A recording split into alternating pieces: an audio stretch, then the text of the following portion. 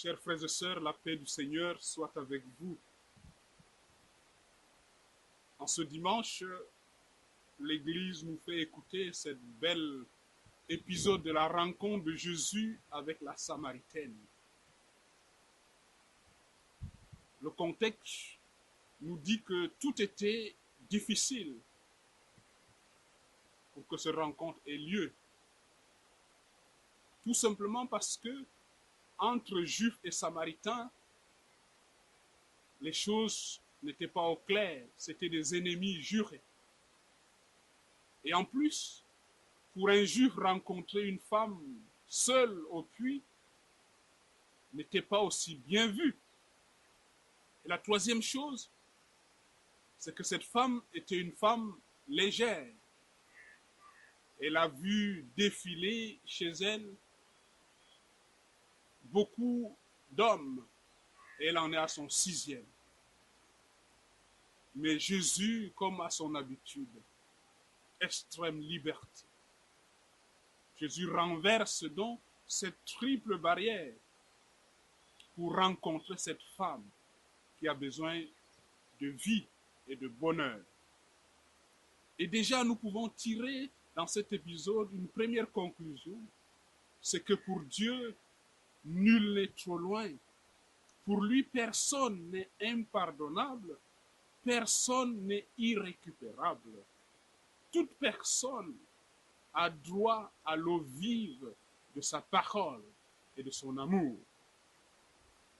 Et la symbolique du puits, mes bien-aimés, pour les peuples nomades et pour les peuples de la savane et du désert, l'eau, le puits, est un lieu de rencontre, un lieu d'échange, un lieu où on rencontre l'étranger, où l'étranger devient son ami, un lieu aussi où les hommes dans l'histoire ont rencontré la femme de leur vie.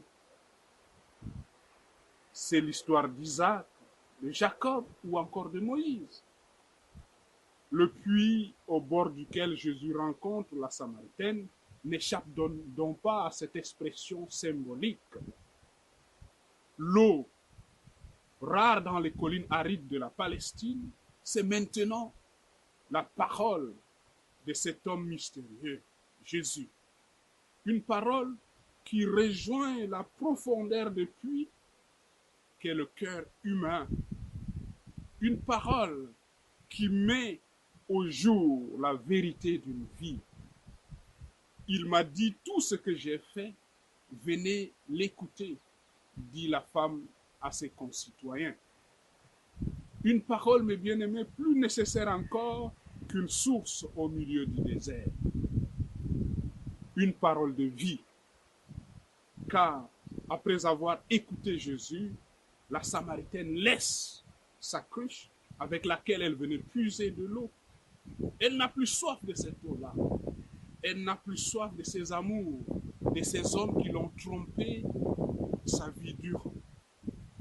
Les mots de Dieu ont comblé sa soif. Dieu seul, le bien-aimé, peut combler le cœur humain.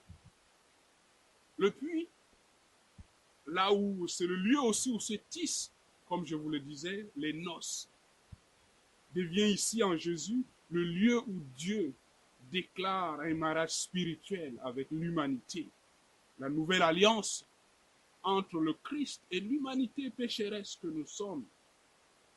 Jésus nous fait entrevoir que dans cette alliance nouvelle, ce n'est plus le lieu de l'adoration qui compte, mais la disposition de cœur qui décide d'adorer Dieu en esprit et en vérité. Le cœur qui se tourne vers Dieu. Voilà l'essentiel. Aujourd'hui comme hier, mes frères et sœurs, Jésus fait jaillir l'eau vive de sa parole en pleine Samarie, dans nos Samaries. Ces Samaritains que l'Évangile nous demande d'accueillir, qui sont-ils? C'est peut-être cette belle-sœur divorcée que la famille rejette. C'est peut-être ce collègue du travail que personne n'ose rencontrer ni regarder. C'est peut-être cet homme ou cette femme dont on s'écarte à cause de sa race, de sa religion ou tout simplement de son look. La Samarie, elle est aussi en chacun de nous, mes frères et sœurs. Quand je désespère de moi-même, lorsque je refuse de me pardonner à moi-même, en me disant ma vie est trop moche, j'ai raté tout, Dieu ne peut pas m'aimer. Jésus propose l'eau vive à tous, à commencer par le Samaritain, la Samaritaine que je suis. Confesser aujourd'hui que Jésus est le sauveur du monde, c'est contempler en Jésus l'homme-dieu, seul capable de réconforter tout ce que la vie a blessé, fragilisé, épuisé.